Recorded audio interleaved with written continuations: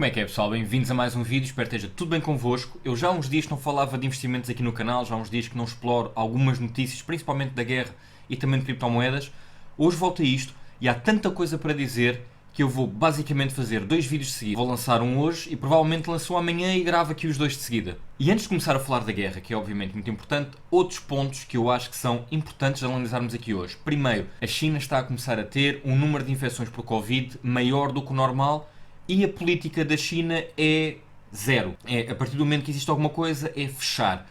O que faz com que eu acredito que nas próximas semanas voltemos a ter algumas fábricas na China que pura e simplesmente vão fechar, porque eu acho que a China vai fazer pequenos lockdowns individuais de vilas, de cidades, de freguesias, o que for. Porque a ideia mesmo da China é conter isto ao máximo. E se de repente aparece uma pessoa ali que está infectada, é fechar tudo o que está à volta. Claro que neste momento, com a enorme escassez que estamos a começar a ter na Europa, a nível de chips, a nível energético e de muitos outros componentes eletrónicos, a China, obviamente, fechar em pequenas partes, obviamente, não é bom. Volto também a falar da luta entre a SEC e a XRP. Na última semana existiram desenvolvimentos muito interessantes.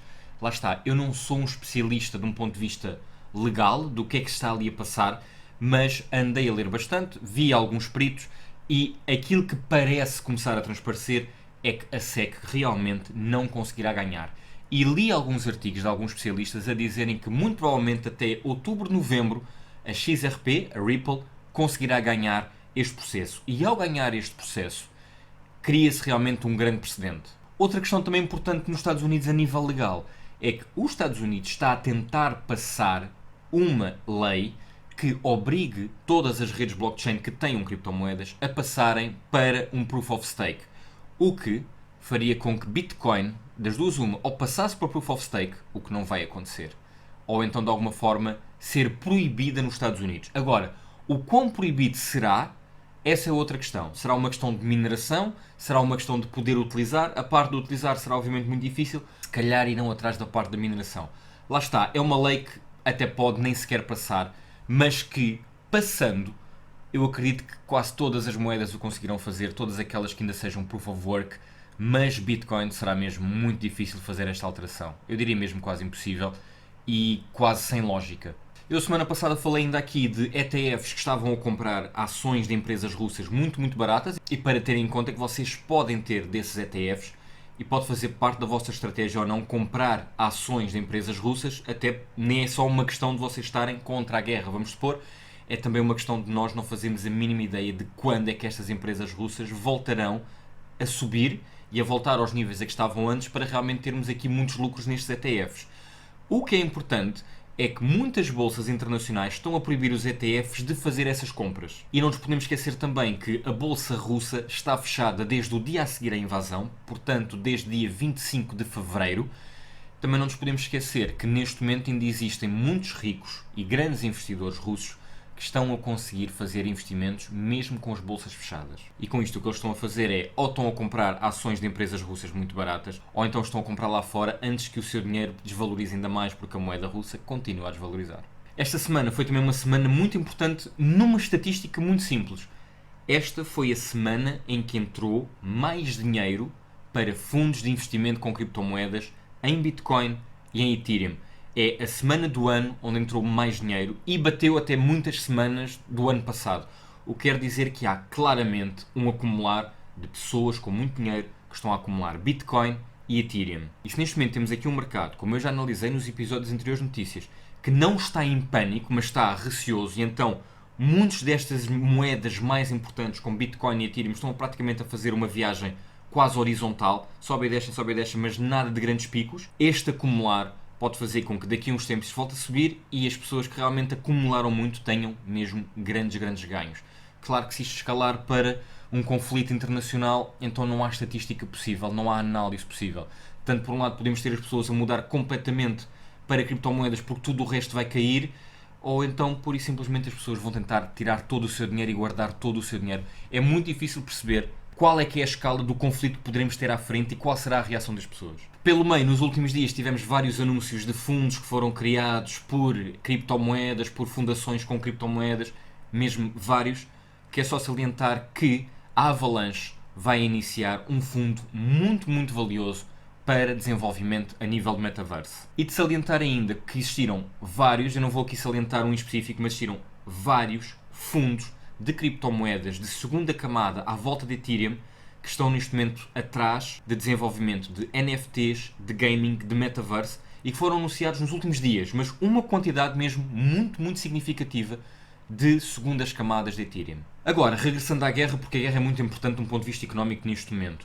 Os ataques estão cada vez mais perto da fronteira da NATO e, neste caso, da fronteira da Polónia. Eu há uns dias falei aqui no canal que a Rússia ainda não tinha passado para oeste de Kiev e que se calhar o que tínhamos ali era um ponto na qual a Rússia queria fazer ali algum tipo de corte. Não fosse só a parte do sul da Ucrânia, mas calhar um pouco mais. Mas agora os bombardeamentos já começaram muito mais perto da fronteira. E foram principalmente em hospitais, em aeroportos. Já vou explicar. A nível de aeroportos, os bombardeamentos são simples de explicar. É basicamente cortar qualquer tipo de capacidade da Ucrânia receber armamento de outros países. E então é uma tentativa de bloquear ou destruir os locais onde a Ucrânia mais está a receber a sua ajuda. Os bombardeamentos nos hospitais têm uma carga muito mais psicológica e, acima de tudo, de criar ainda mais uma debandada, digamos assim, das pessoas. E porquê? Porque quando estamos em guerra, mesmo que a guerra esteja na outra parte do país, a verdade é que a partir do momento que à nossa volta não existem hospitais, então começamos a ficar com medo. Não existindo hospitais, nós vamos fugir, porque mais cedo ou mais tarde poderá acontecer alguma coisa e nós não conseguimos ter qualquer tipo de apoio profissionais de saúde. E então acabamos por fugir. Não haver hospitais é um dos grandes fatores para as pessoas saírem da Ucrânia em direção a outros países. Na Rússia, independentemente de que é que os russos sabem, porque há muita coisa que se calhar não passa, nós não sabemos, mas isto é perfeitamente normal, dos dois lados da guerra nós nunca vamos ter toda a verdade, isso é mais do que óbvio. Do lado da Rússia nós não sabemos bem o que é que eles neste momento sabem. O que sabemos é que mais ou menos 15 mil manifestantes já foram presos na Rússia por se manifestarem contra esta guerra.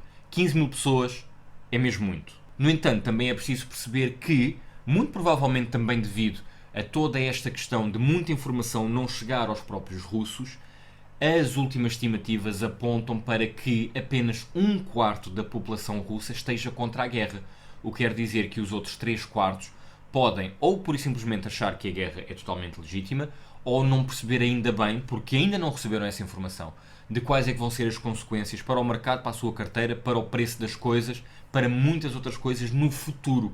Estamos a falar de um país que durante anos poderá não conseguir levantar-se devido às sanções que neste momento estão a ser praticadas. O que é claramente óbvio neste momento é que os russos claramente estão a comprar criptomoedas. Agora sim, nos últimos dias tem sido cada vez mais e nós temos percebido claramente, os russos estão a comprar criptomoedas porque o rublo continua a descer, então é preferível ir para moedas que de alguma forma sejam stablecoins e que estejam a apontar, por exemplo, ao dólar. E a verdade é que, por exemplo, moedas como o USDT têm crescido bastante a nível de procura desde que a guerra começou, mas nos últimos dias tem sido mesmo muito interessante ver como todas as stablecoins que estão indexadas ao dólar têm tido uma grande procura. Claro que neste momento estamos perante um país que não se consegue financiar. Não se consegue financiar porque os bancos não se conseguem financiar, as empresas russas não se conseguem financiar, não conseguem ir pedir dinheiro à Europa, não conseguem ir pedir dinheiro a bancos europeus, a outras empresas, a fundos de investimentos, o que for. A moeda está a cair, a valorização em bolsa só não cai porque a bolsa está fechada, mas neste momento cada vez menos se quer investir na grande maioria das empresas russas, não em todas, já lá vamos. Mas uma coisa nós não nos podemos esquecer, enquanto principalmente a Europa não cortar definitivamente, isto é muito difícil de acontecer, mas enquanto a Europa não cortar definitivamente aquilo que está a comprar à Rússia a nível de petróleo e de gás, muito indiretamente, todos nós estamos a financiar um bocadinho a guerra. Isto pode parecer uma coisa extremamente quase irreal ou até cruel de se dizer, mas a verdade é que uma percentagem pequena daquilo que nós neste momento estamos a gastar de gás e de petróleo acabará muito provavelmente por chegar à Rússia. E então, neste momento é preciso perceber que é muito difícil nós conseguirmos cortar definitivamente, principalmente porque muitos países nórdicos precisam de gás até para o seu aquecimento doméstico, mas acima de tudo, dependendo de até onde é que a Rússia vai neste confronto, nós poderemos ter que fazer este corte.